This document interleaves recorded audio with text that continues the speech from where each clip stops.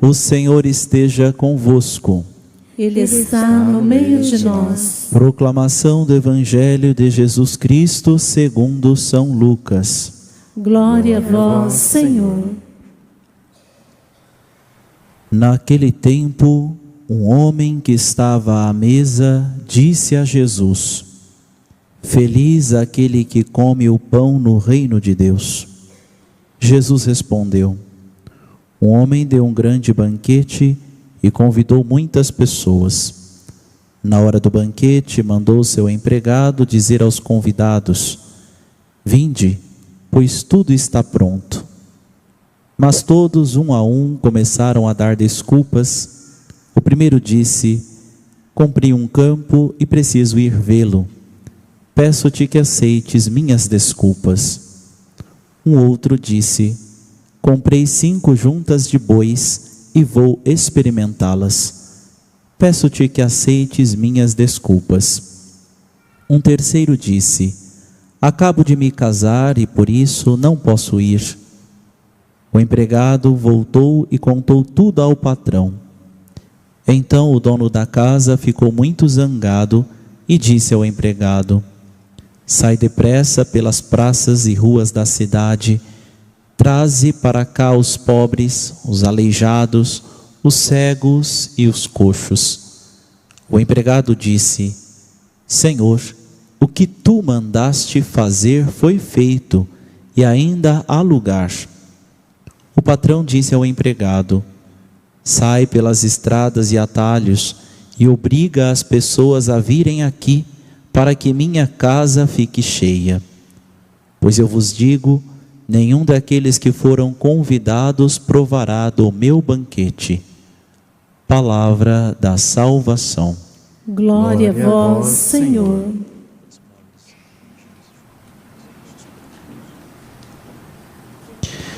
Queridos irmãos e irmãs, estamos, portanto, nesta 31ª semana do tempo comum, já quase nos finalmente deste ano litúrgico, nas últimas semanas, portanto, que meditaremos este ano, e já nos preparando quase para o advento de nosso Senhor Jesus Cristo, um novo ano litúrgico.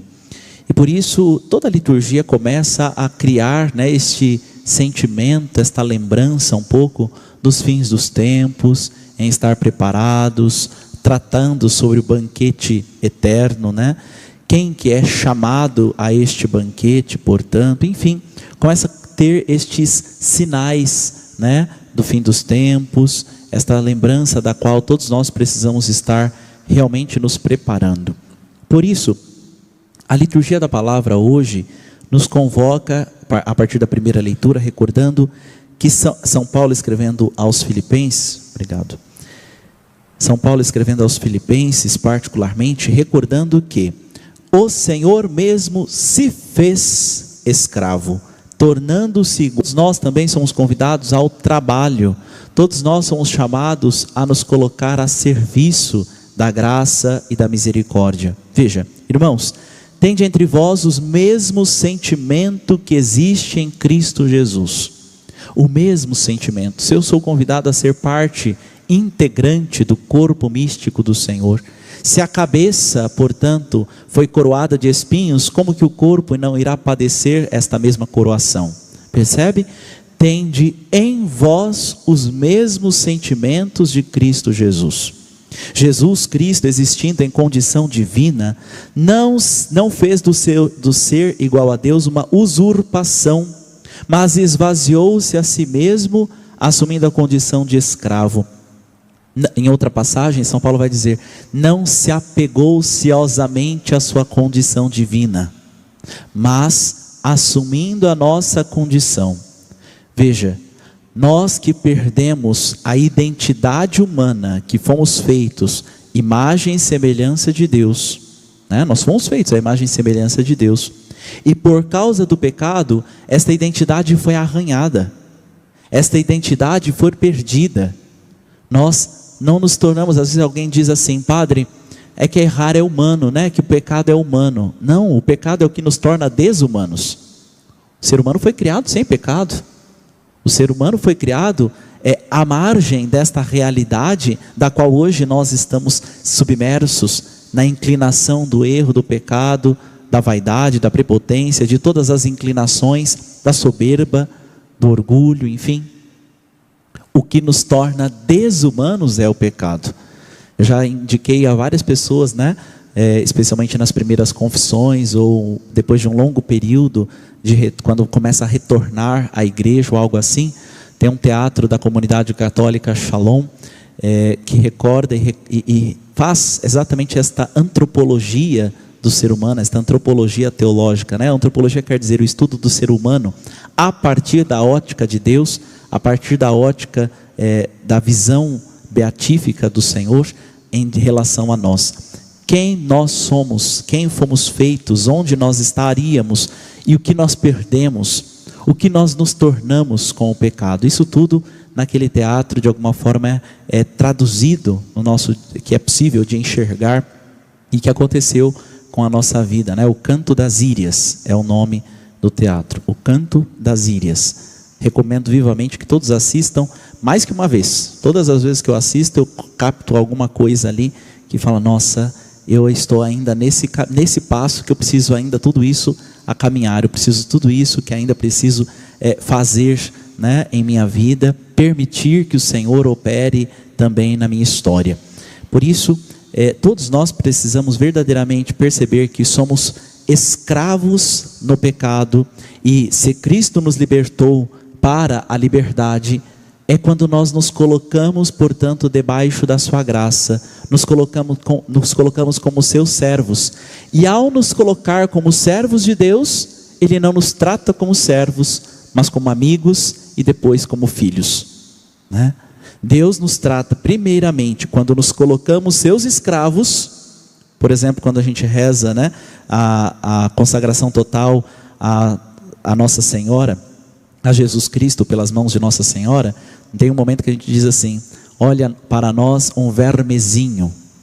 Quando nos colocamos assim, né, diante de Deus, porque é isso que nós somos, Deus não nos trata como vermezinho, Deus nos trata como filhos. Eis a grande diferença. Já o diabo, ele promete exatamente o contrário, né? Ele promete que a nós seria dado graças abundantes, seria ofertado todo o mundo, seria ofertado todas as riquezas, seria ofertado a fama. Mas quando nos colocamos debaixo daquilo que ele promete, ele nos trata como vermezinhos. Ele nos trata exatamente como coisas desprezíveis e seres humanos que nós não somos na visão e na ótica dele, né? Por isso então, estarmos atentos e não termos medo de nos colocar debaixo da graça de Deus como escravos, como servos, como aqueles que querem trabalhar pelo reino simplesmente, porque o Senhor não é simplesmente um bom patrão no sentido que paga aquilo que é justo, mas paga infinitamente mais do que aquilo que merecemos. Deus não nos trata como exigem nossas faltas, diz o salmista. Ele não nos trata como exigem nossas faltas. Oxalá que ainda tenhamos esta consciência todos os dias da nossa vida para louvarmos a Ele diariamente da mesma forma. Reconhecendo assim, o Senhor se humilhou, fazendo-se obediente até a morte, morte de cruz. Por isso Deus o exaltou acima de tudo e lhe deu o nome que está acima de todo nome. Então veja, Jesus, não se apegando à sua condição divina, se humilhou, se fez escravo, morreu numa cruz. E aí, o que faz Deus com ele? Deixa lá esmagado pela cruz? Ressuscita e o coloca um nome acima de todo nome, aquele pelo qual a este nome todo joelho se dobra nos céus, na terra e nos infernos. Então veja, quando nos colocamos pequeninos diante do Senhor, Ele nos engrandece. Quando nos colocamos últimos diante de Deus, Ele então nos coloca por primeiro. É daí, portanto, queridos irmãos e irmãs, que não precisamos e não devemos temer em nos colocar pequeninos, nos colocar como escravos de Deus. E às vezes até alguém pode dizer assim, o que adianta seguir a Bíblia? Você está se tornando um escravo. Não há escravo mais livre do que aquele que segue os mandamentos de Deus. Não há escravo mais livre do que aquele que alcança a herança prometida pelo Senhor daquele que se coloca como seu servo, daquele que se coloca como aquele que escuta a palavra e obediente coloca em prática.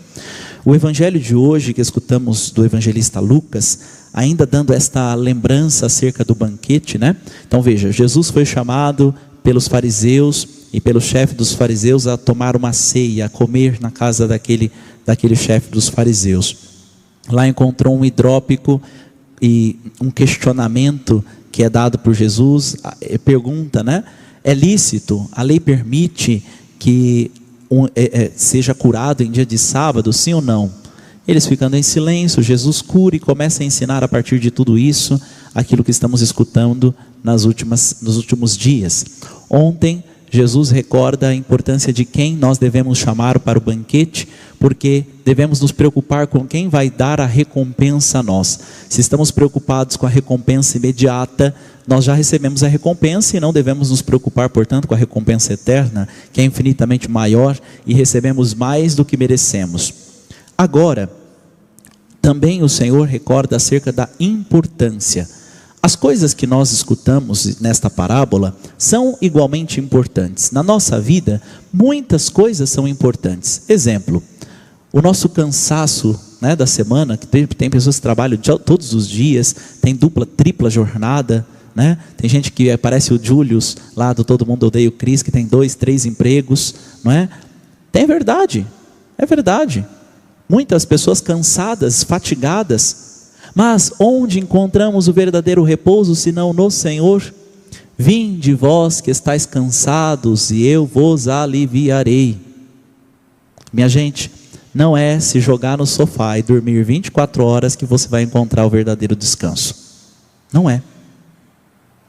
Né? Às vezes deixamos de ir à missa com essa desculpa: eu estou cansado. Ou, chegou uma visita.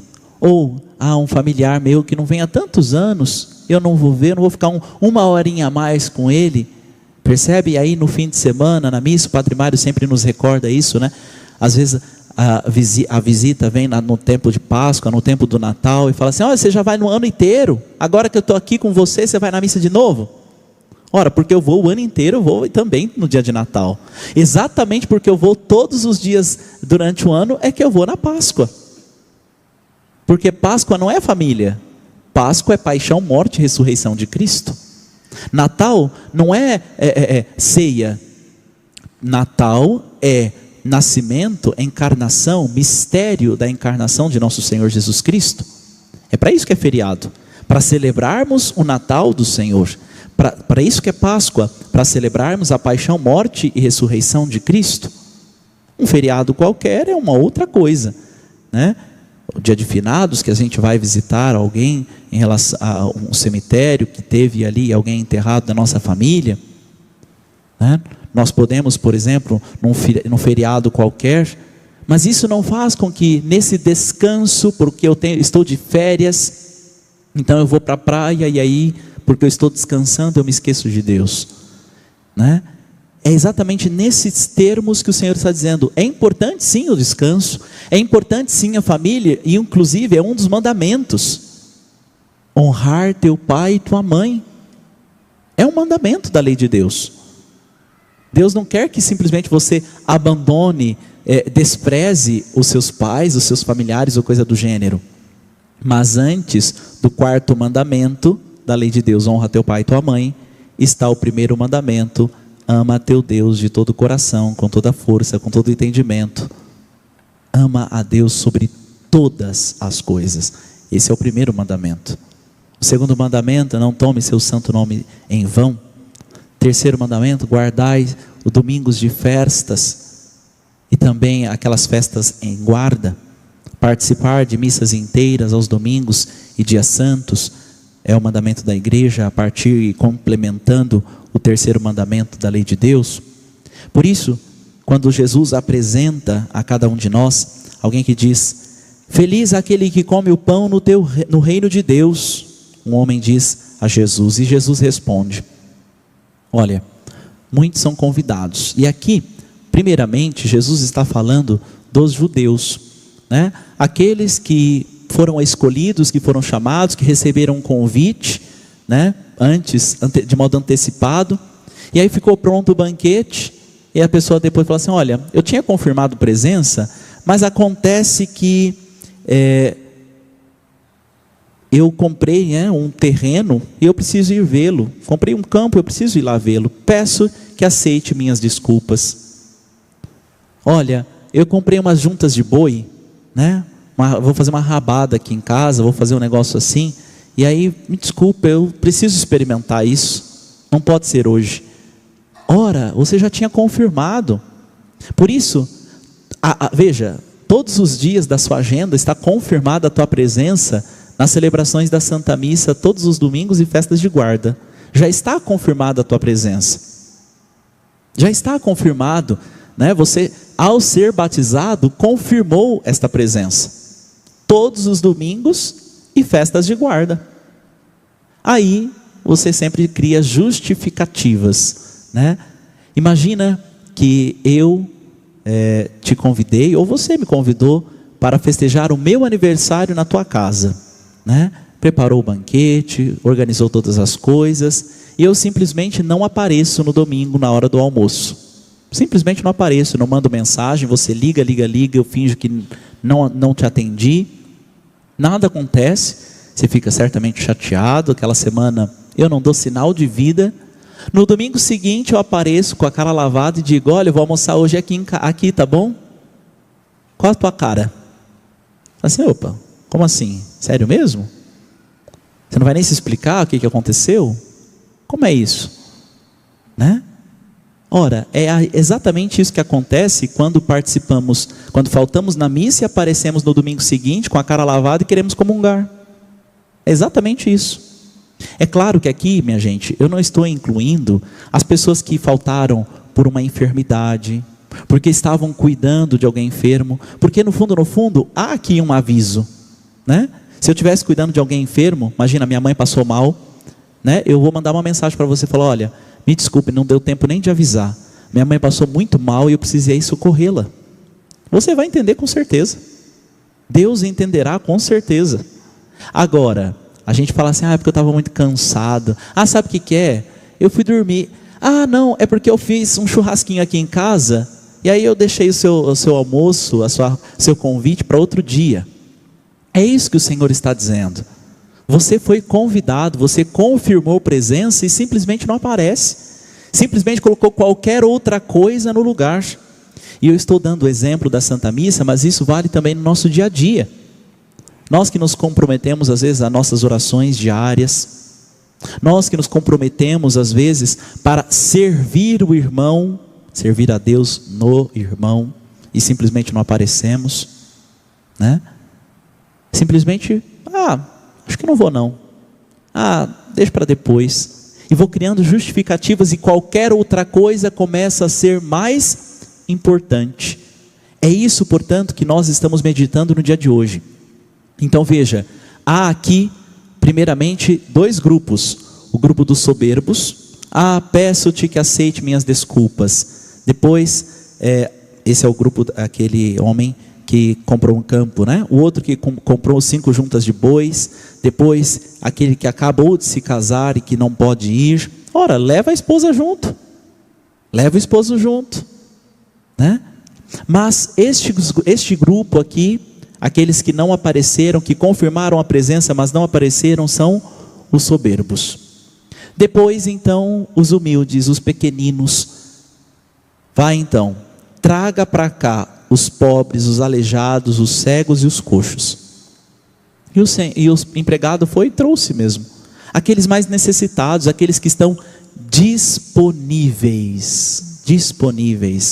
Talvez a gente convida as pessoas, né, para participar de alguma coisa, para fazer alguma atividade na nossa comunidade, né, na nossa paróquia. Por exemplo, recentemente eu chamava algumas pessoas para serem ministras da comunhão eucarística e da palavra. E uma delas falava: padre, eu não sou digna disso, acho que é melhor chamar outras pessoas que são melhores do que eu. Eu dizia: olha, você é a pessoa disponível. Outras pessoas que talvez fossem melhores do que você, não estão disponíveis. A disposição é necessária, portanto, para que o Senhor continue derramando graças. e opere maravilhas, e que eu seja, portanto, engrandecido, não por mim mesmo, mas porque o Senhor vai fazendo morada em mim, mas porque eu vou fazendo parte da vida de Cristo, à disposição. E entenda isso não somente no exercício das coisas da comunidade enquanto paróquia, mas também em nossa casa, né? No exercício da maternidade, da paternidade, no exercício das nossas coisas, dos nossos afazeres enquanto esposo, enquanto esposa, a disponibilidade um para com o outro. Essa história de sempre estar com, hoje eu não tenho tempo, hoje eu tenho que fazer tal coisa, hoje eu tenho tal situação, sempre ter dificuldades quanto a isso, né? Quanto a abrir-se à graça, abrir-se ao serviço em generosidade pelo reino. Então traze para cá os pobres, os aleijados, os cegos, os coxos, os disponíveis, os pobres, aqueles que são pobres em espírito, aqueles que não têm algo para saciar a fome e que buscam a saciedade da fome na Eucaristia, que buscam a saciedade da fome na palavra.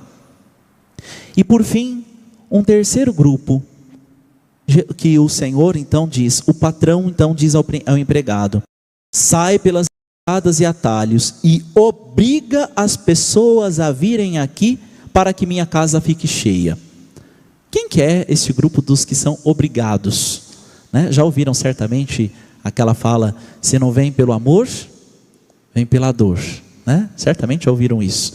E muitas pessoas que nós conhecemos vivenciaram essa realidade, essa situação. Por exemplo, o canal no YouTube que nós transmitimos, né, esta celebração. Antes da pandemia, não lembro agora quantos inscritos tinham, né? Mas quando eu cheguei aqui em Alto Piquiri, em 2018, 2019, tinha 20 mil inscritos. Recentemente nós batemos 1 milhão de inscritos, né? Só no YouTube. E o grande lugar, o grande momento que houve esse crescimento foi na pandemia. Exatamente um momento de dor. Um momento que a gente não sabia como seria, não entendíamos muita coisa do que estava acontecendo, tínhamos várias incertezas, tantas situações que nós vivenciamos de perda de amigos, de familiares, não é? E foi, para alguns, sinal, lugar também de intimidade com Deus, de encontrar o Senhor, de saber e crescer a devoção a São José, dentro da pandemia.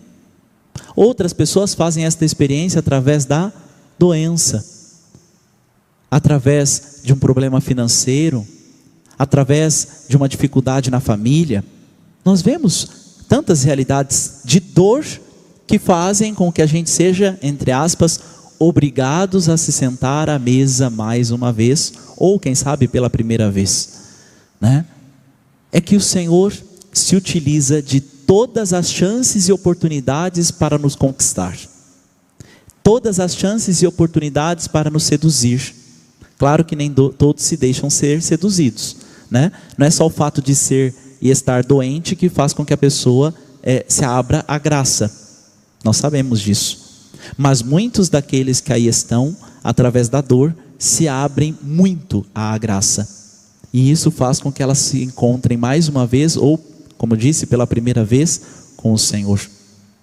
Irmãos e irmãs, seja aqueles que aqui estão pelo amor, através do convite que o Senhor fez, porque foi pequenino, porque estava caolho, porque estava sozinho, porque estava no caminho, porque estava abandonado, porque não tinha emprego, porque seja lá o que for, foi chamado e já está sentado ao redor do banquete da vida.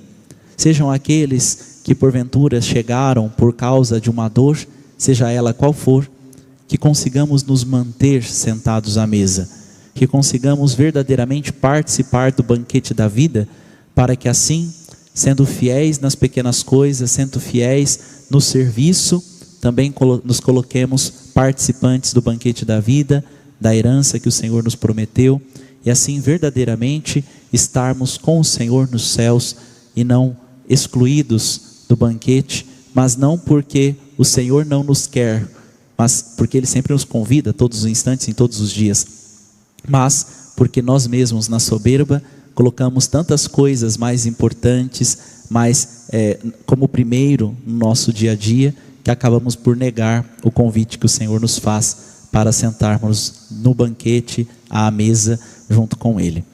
Que consigamos não só escutar o chamado que o Senhor nos faz, mas termos disponibilidade para participar com Ele da festa do banquete da vida eterna. Assim seja. Amém. Vamos mais uma vez rezar a São José, como faremos todos estes dias, apresentando as nossas necessidades, as nossas orações, fazer também o nosso momento de ação de graças, pedirmos por aqueles que serão campistas neste acampamento, seja pela primeira vez, seja aqueles que já são campistas do FAC, do João, do Mirim, Manaim, enfim, que o Senhor possa já preparar, tornar dóceis os seus corações, para que possam verdadeiramente acolher também o convite que o Senhor os fará. E a cada um de nós, esta renovação do convite que o Senhor nos faz, de participarmos do banquete da vida, e reconhecermos, portanto, que Ele é Senhor do céu e da terra, que ao nome dEle todo joelho se dobra nos céus, na terra e nos abismos, e também o nosso coração se encontre prostrado diante de Jesus. Peçamos a intercessão de São José, nosso padroeiro, padroeiro universal da igreja, para que nos inspire, para que nos ensine, para que nos faça cada vez mais humildes à semelhança de São José, nosso padroeiro. Valei-me, São José, tornai possíveis as coisas impossíveis. Valei-me, São. O Senhor sempre se encontre nas primeiras coisas, que o Senhor sempre encontre nas primeiras coisas, que o Senhor sempre esteja nas prioridades, e que São José nos ajude a verdadeiramente dispor a nossa vida, através da humildade, através da pequenez, em verdadeiramente nos colocar convidados, mas também aqueles que respondem ao convite do Senhor de sentar-se no banquete da vida. Ele mesmo que disse: desejei ardentemente comer esta ceia convosco. Que também nós consigamos fazer crescer em nossos corações o desejo ardente de sentar-se à mesa do Senhor, na mesa do banquete, na mesa e no banquete do Cordeiro. Que a bem-aventurada Virgem Maria, intercedendo por nós, o glorioso São José, nos alcance a graça da fidelidade, de um ouvido atento e uma disponibilidade sincera para o convite do Senhor a cada um de nós ao serviço e a sentar-nos no banquete da vida. Com o nosso canto apresentemos ao altar de Deus o pão e o vinho, tudo aquilo que temos e somos.